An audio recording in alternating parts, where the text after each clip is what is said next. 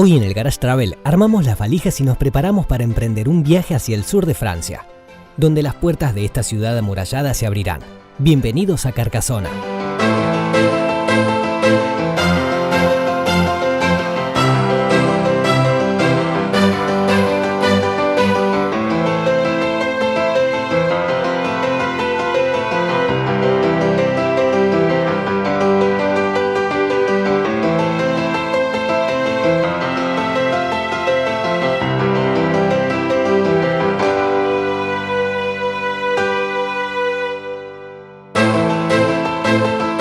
Para llegar a esta pintoresca reliquia medieval, es necesario tener en cuenta que el único acceso es vía tierra, tanto en tren como en bus.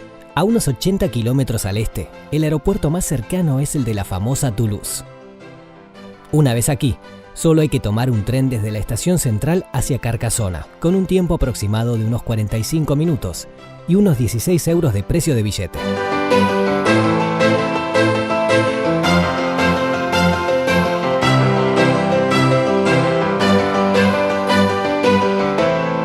Cuando uno llega a Carcassona, lo que hay que buscar es la de arriba, la Cité.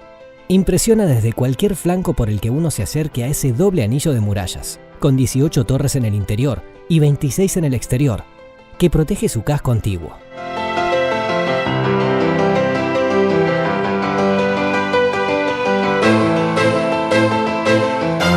Carcassona está formada en realidad por dos ciudades, la nueva y la antigua, separadas por el río Aude y conectadas por el encantador puente viejo de piedra.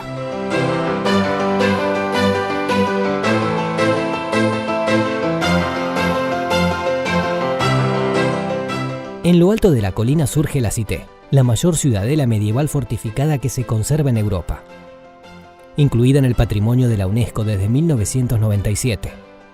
A sus pies, al otro lado del río, se esparce la Bastide Saint-Louis, la actual ciudad nueva y viva, que fue creciendo despreocupadamente a medida que iban desapareciendo las defensas militares.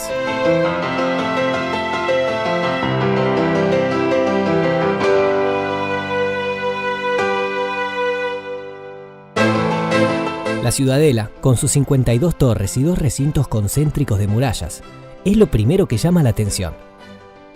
Su magnífico estado de conservación se debe al inefable y prolífico arquitecto Eugène Viollet-le-Duc, que a mitad del siglo XIX se encargó de reconstruirla, basándose en planos y documentos históricos. Sin embargo, hizo aportaciones personales no exentas de polémica, por lo que también se considera una de las primeras restauraciones con fines turísticos de la historia.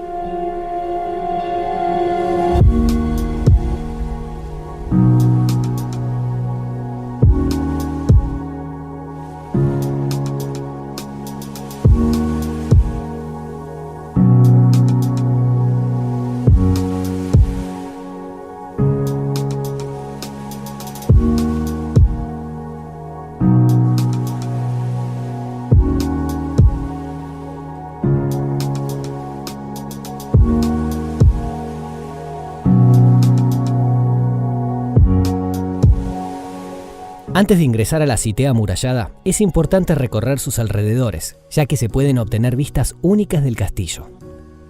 Es una ciudad que puede ser visitada en un día, pero la afluencia de turistas es tal que es recomendable dormir una noche en la ciudad para poder disfrutar de ella a primera hora, cuando todavía se encuentra tan en calma que es un verdadero placer pasear por sus callejones medievales, y de noche, cuando el castillo iluminado se lleva todos los flashes.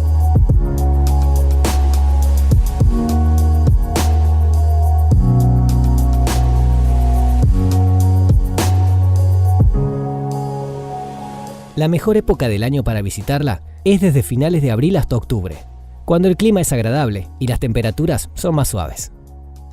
En el siglo XVIII, la ciudad era un gran centro manufacturero gracias a la producción textil de todo tipo. Pero hoy en día, Carcassona vive el comercio local ligado al turismo, ya que recibe grandes cantidades de visitantes.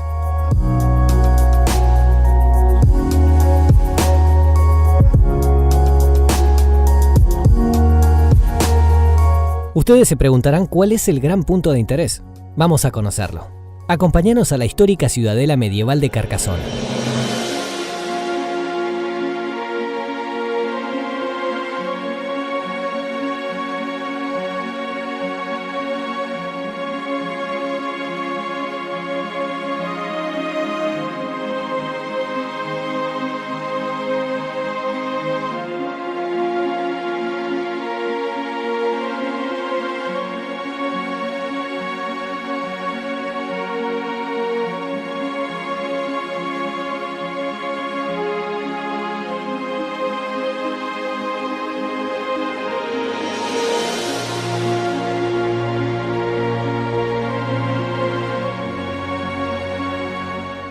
Rodeada por una doble muralla de 3 kilómetros de longitud, en su interior se conserva el aspecto de las ciudades medievales europeas, con calles angostas y tortuosas, edificaciones de fachadas con entramados, barrios de artesanos y gremistas, junto con elementos propios, como el castillo de los condes de Carcassona y la basílica de Saint-Nazaire.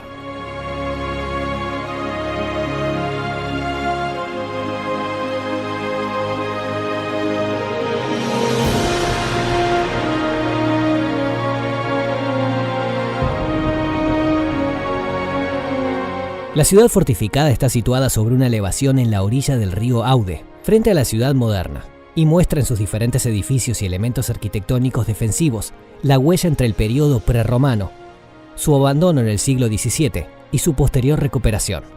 Fue constituida en gran parte por elementos conservados desde la Edad Media. Tras un periodo de abandono, la ciudad fue restaurada con fines monumentales, a partir de la segunda mitad del siglo XIX, con intervención de Eugène Viollet-le-Duc.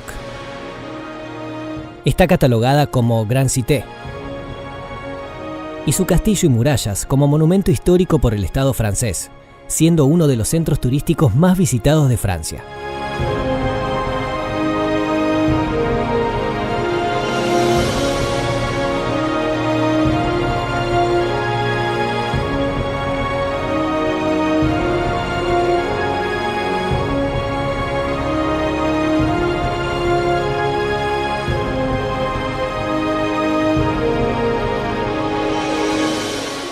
Quizás la pregunta que nos debemos hacer es, ¿quién puso la primera piedra? ¿Quién levantó el primer muro? En el siglo I, Carcassona era una ciudad romana y un importante punto de paso hacia la provincia llamada Narbonesa, y es por eso que para proteger comercios, casas y mosaicos, hacía falta una muralla que evitara cualquier tipo de amenaza. Recorriendo su camino, quizás hoy, se observen aquellos vestigios, esa fila de ladrillos que servía para nivelar las piedras.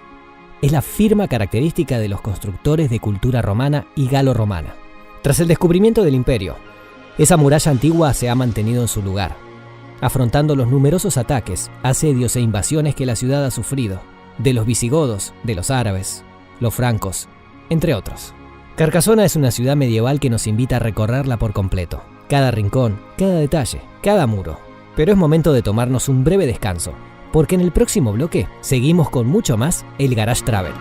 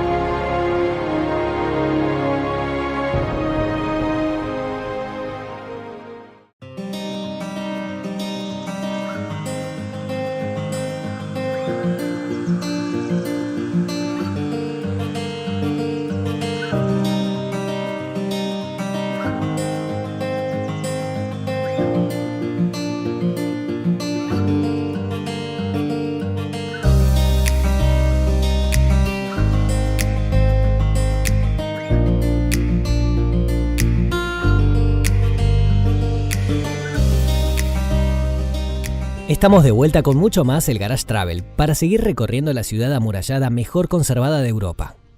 Seguimos recorriendo Carcassona, citadela con mucho para contar.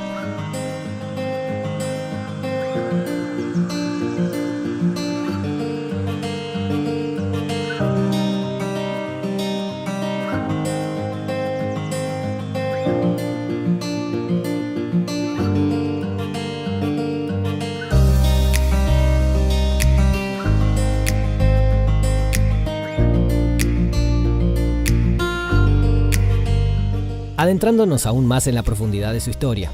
Hacia el año 800 a.C., la ciudad, emplazada en una colina, se convirtió en un importante centro de intercambio comercial. Desde la época prerromana han existido fortificaciones en la colina que hoy ocupa Carcassona.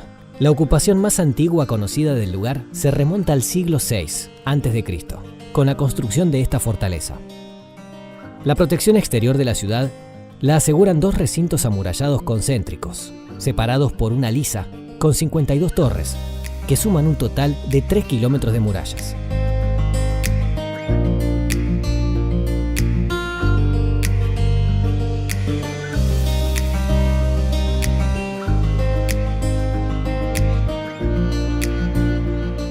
Cabe destacar el espacio, llano, existente entre ambas murallas.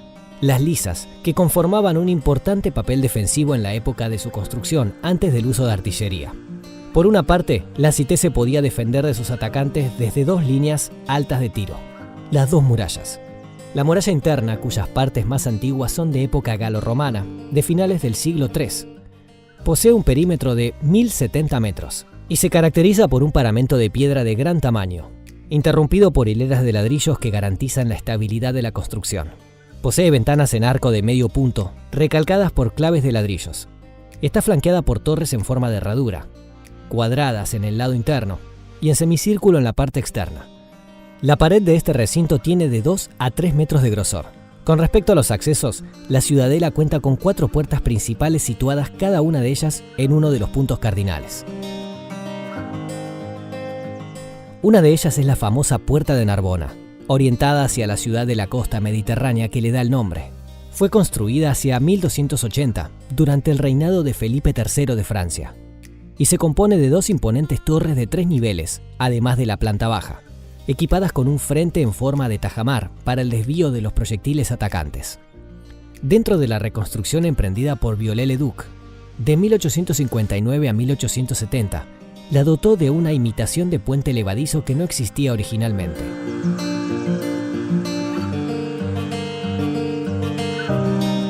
Se hace imposible no fotografiar una figura que, indudablemente, llama muchísimo la atención. Situada frente a la Puerta de Narbona, el busto de la dama Carcas se lleva todas las miradas. Según una tradición, el topónimo Carcasona deriva del nombre de una princesa sarracena, protagonista de una anécdota, y se remonta a los tiempos de la ocupación musulmana y del emperador Carlomagno a principios del siglo XVIII. Luego de 6 años de sitio, las provisiones de alimentos y agua comenzaron a escasear. La población le presentó como únicos víveres un cerdo y un saco de trigo. Pero la dama Carcas ideó una estratagema, ordenando que se cebara el animal con todo el trigo contenido en el saco, y a continuación que se lanzara al pie de las murallas. La reacción de Carlomagno fue la de interpretar que los habitantes disponían de víveres en abundancia, por lo que, cayendo en el engaño y considerando inútil el ataque, dispusieron retirarse poniendo fin al asedio. A la vista del ejército imperial en retirada, Carcas ordenó que se hicieran sonar todas las campanas, y fue en ese momento en que uno de los hombres de Carlomagno exclamó: «¡Carcas, sona!».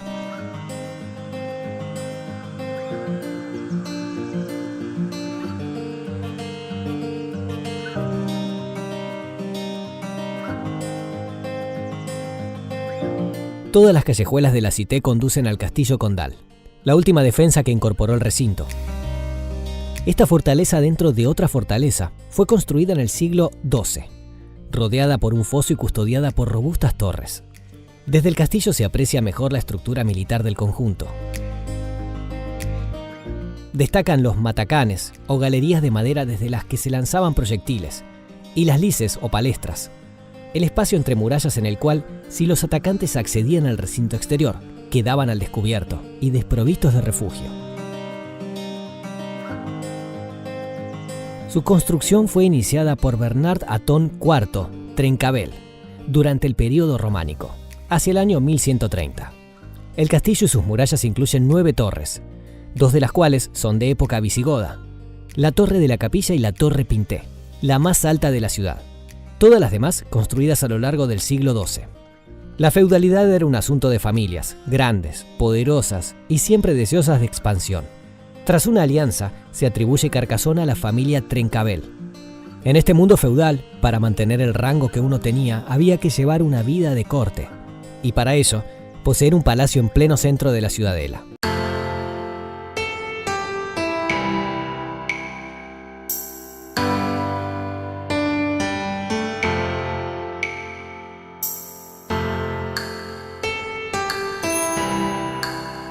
Este es el caso de la familia Trencabel, anteriormente mencionada, dueña del castillo central de nuestra visita. Edificado por 3 generaciones de vizcondes Trencabel, donde la construcción es de forma alargada, adosada al recinto galo-romano. Se construye una primera torre del homenaje, seguida de una capilla de un ala bastante amplia, y una segunda torre de homenaje. Dado que los Trencabel sintieron la necesidad de protegerse, levantaron un muro interior y cavaron un foso. En el Palacio Vizcondal se administraba, se recibía a los invitados y se cantaba, pero además se escuchaban a determinados pensadores que ofrecían una interpretación original y exigente de la fe cristiana. En aquellos tiempos, el Papa se inquietó por la influencia de estos movimientos, ya que la Iglesia se veía amenazada por esos cristianos disidentes llamados cátaros, que fueron declarados herejes.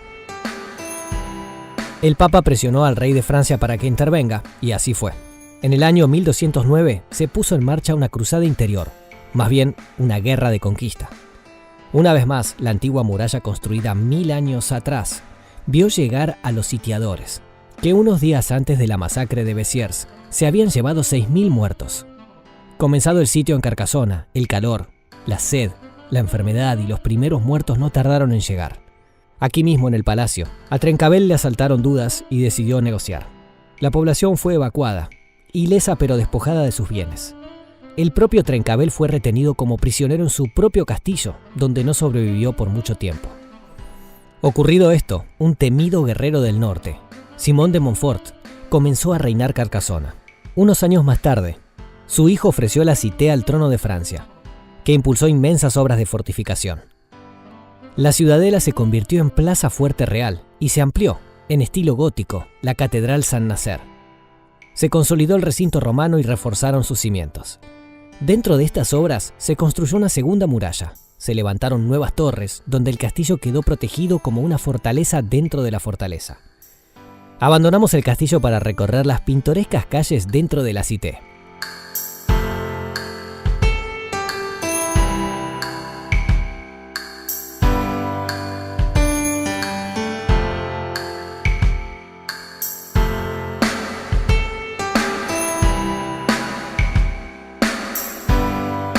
La Rue de Saint-Louis reúne tentadores establecimientos gourmet, anticuarios, talleres de artistas y la parada obligada en el Hotel de la Cité. Un establecimiento rodeado de jardines, en el que hay que detenerse aunque solo sea para tomar un café o probar alguno de los tesoros de su bodega.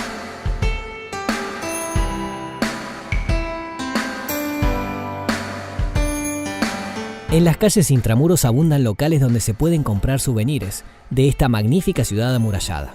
Locales llenos de elementos cátaros con elementos originales y sus réplicas.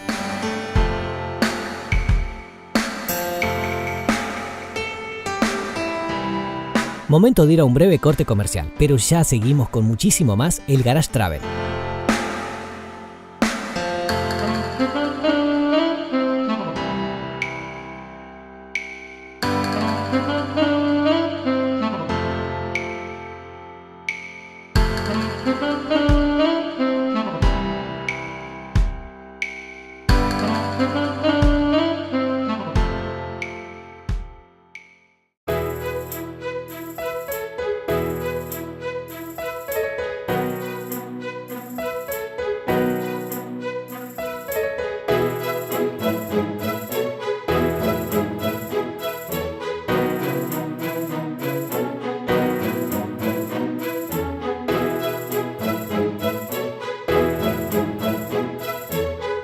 Estamos de regreso con el Garage Travel para seguir descubriendo una cautivadora ciudad medieval del sur francés. Seguiremos recorriendo Carcasona. La otra visita obligada en la Cité es la Basílica de Saint-Nazaire, un templo del siglo XI con modificaciones del XIII.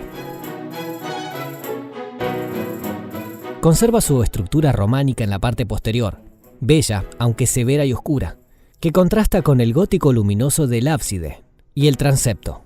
La Basílica de Saint-Nazaire, construida en gres, piedra arenisca, es una iglesia románica, cuya parte más antigua se remonta al siglo XI.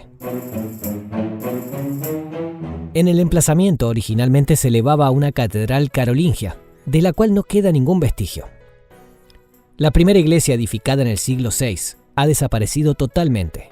Las primeras alusiones escritas sobre la actual basílica datan del año 925, cuando el obispo Himer trasladó la sede episcopal al lugar, elevándola al rango de catedral.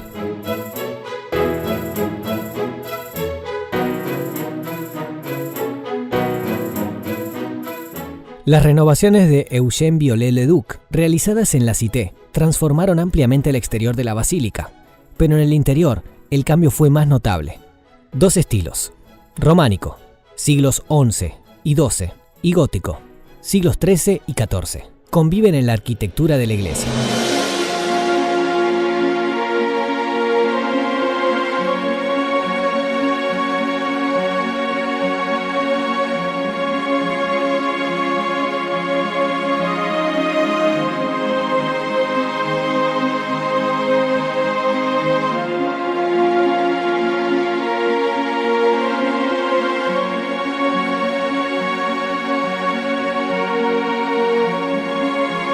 Saint-Nazaire era originalmente una iglesia románica, pero al pasar la ciudad a senescalía francesa, la basílica se agrandó introduciendo nuevas formas arquitectónicas importadas por los maestros del reino francés.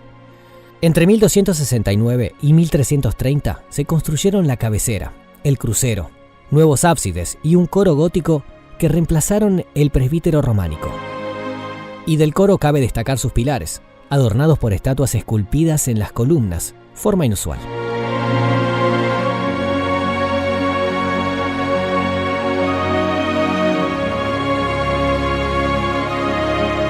La restauración de Eugène Viollet-le-Duc transformó el exterior de la basílica, aunque en el interior las reformas son mucho más notables. Con los dos estilos, gótico y románico, superpuestos en las vidrieras, esculturas y decoraciones de la iglesia.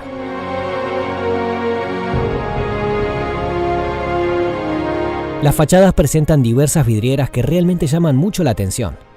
Estas datan del siglo XIII y XIV, que representan escenas de la vida de Cristo y sus apóstoles. Estas magníficas vidrieras del siglo XIII y XIV fueron desmontadas pieza a pieza durante la Segunda Guerra Mundial para preservarlas de los bombardeos y del expolio de los nazis que habían ocupado el castillo en 1944. Hoy día, junto al castillo, es una de las principales atracciones de la Cité.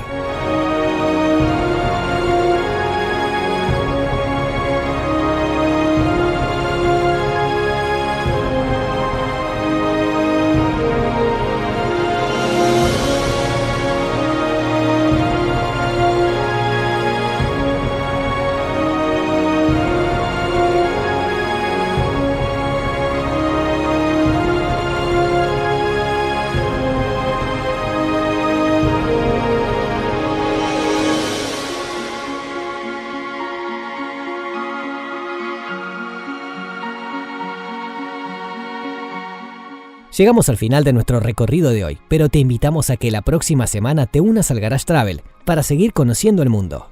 El Garage Travel, donde el destino nunca es el lugar, sino una nueva forma de ver las cosas.